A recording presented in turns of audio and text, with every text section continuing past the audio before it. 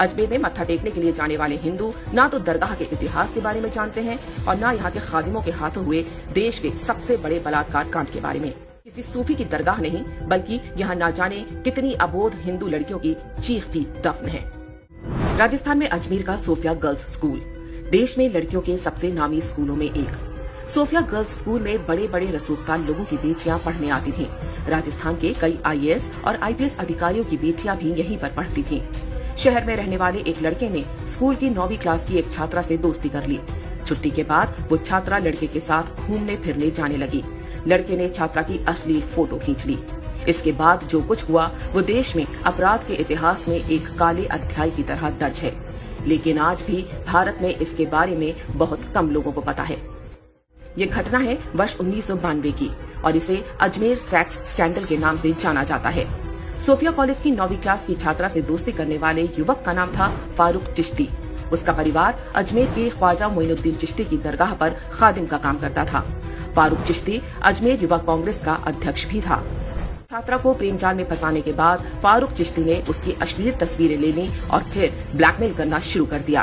पहले छात्रा का यौन शोषण होता रहा, फिर उससे कॉलेज की दूसरी सहेलियों को लाने को कहा गया।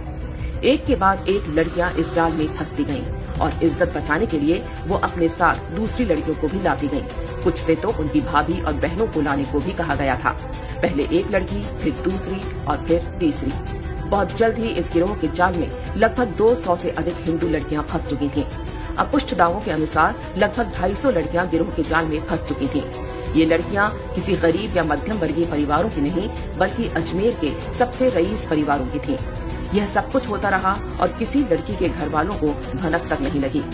यह मात्र संयोग नहीं था कि सिर्फ हिंदू लड़कियों को ही निशाना बनाया गया, मुस्लिम लड़कियों को छुआ तक नहीं गया। जिन लड़कियों से बलात्कार हुआ उनमें से अधिकांश 10वीं और 12वीं क्लास में पढ़ती थीं।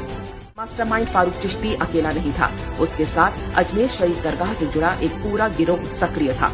उसके मुख्य सहयोगी थे नफीस चिश्ती और अनवर चिश्ती। ये दोनों भी युवा कांग्रेस के नेता थे। बहुत संगठित ढंग से उनका गिरोह अपना काम करता रहा। मजहबी और कांग्रेसी संरक्षण मिला हुआ था, इसलिए डरने की वैसे भी कोई बात नहीं थी। अजमेर के ही एक फार्म हाउस पर यह काम बड़े आराम के साथ चलता रहा। लड़कियों को लेने गाड़ी जाती थी और बाद में उन्हें घर तक भी गाड़ी से छोड़ा जाता था। बलात्कार के समय उनकी फोटो खींच ली जाती थी ताकि वो किसी के आगे मुंह खोलने की हिम्मत ना करें। जमाने में आज की तरह डिजिटल कैमरे नहीं होते थे। तब कैमरे की रील धुलने जिस स्टूडियो में गई वह भी एक मजहबी व्यक्ति का था।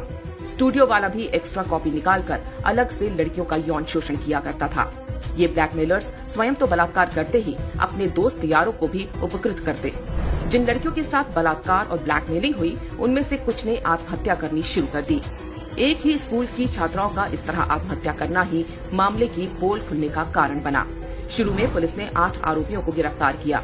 समाज में बदनामी के डर से अधिकांश लड़कियों के परिवारों ने पुलिस में शिकायत दर्ज कराने से भी मना कर दिया। जो 12 लड़कियां हिम्मत करके पुलिस के पास गईं, उनमें से भी 10 बाद में पीछे हट गईं, क्योंकि आरोपी उन्हें धमकियां दिलवा रहे थे। बाकी बची 2 लड़कियों ने ही केस को आगे बढ़ाया। उन्होंने अकेले 16 आरोपियों की पहचान की। यह वो दौर था जब बलात्कार जैसे अपराधों में कड़ी सजा नहीं होती थी। घटना के 6 वर्ष बाद जिला न्यायालय ने 8 आरोपियों को उम्र कैद की सजा सुनाई, लेकिन मुख्य आरोपी फारूक चिश्ती ने खुद को मानसिक रोगी घोषित करवा लिया, जिससे उसके मुकदमे की सुनवाई लटक गई। जिन आरोपियों को उम्र कैद हुई थी उनकी भी सजा को 10 साल की जेल में बदल दिया गया। एक फरार आरोपी सलीम नफीस 19 वर्ष बाद साल 2012 में पकड़ा गया। बाद में वह भी जमानत पर छूट गया। जब इस बलात्कार कांड का भंडाफोड़ हुआ तो राजस्थान में कांग्रेस का पूरा सिस्टम आरोपियों को बचाने में जुट गया। जो भी सामने आता उसे डरा धमका कर चुप करा दिया जाता। कहा गया कि आरोपियों पर कार्रवाई हुई तो सांप्रदायिक माहौल खराब हो जाएगा। बलात्कारी एक मजहब विशेष के थे, इसलिए मोमबत्ती गैंग भी तब लड़कियों के बजाय बलात्कारियों के समर्थन में खड़ा हो गया था। सबका प्रयास यही था कि देश के लोगों को अजमेर की ख्वाजा मोइनुद्दीन चिश्ती की दरगाह की आड़ में हुए इस घिनौने और बर्बर कांड की कानों कान खबर न लगने पाए। उन्हें चिंता थी कि इससे दरगाह पर आने वाले हिंदुओं की संख्या कम हो सकती है। अजमेर गैंगरेप कांड की शुरुआत लव जिहाद से हुई थी। पूरी तरह से धार्मिक पहचान के आधार पर हिंदू लड़कियों को जाल में फंसाया गया। अजमेर में मत्था टेकने के लिए जाने वाले हिंदू न तो दरगाह के इतिहास के बारे में जानते हैं और न यहाँ के खादिमों के हाथों हुए देश के सबसे बड़े बलात्कार कांड के बारे में। उनको ये भी आभास नहीं होता कि ये मात्र किसी सूफी की दरगाह नहीं, बल्कि यहाँ ना जाने कितनी अबोध हिंदू लड़कियों की चीख भी दफन है।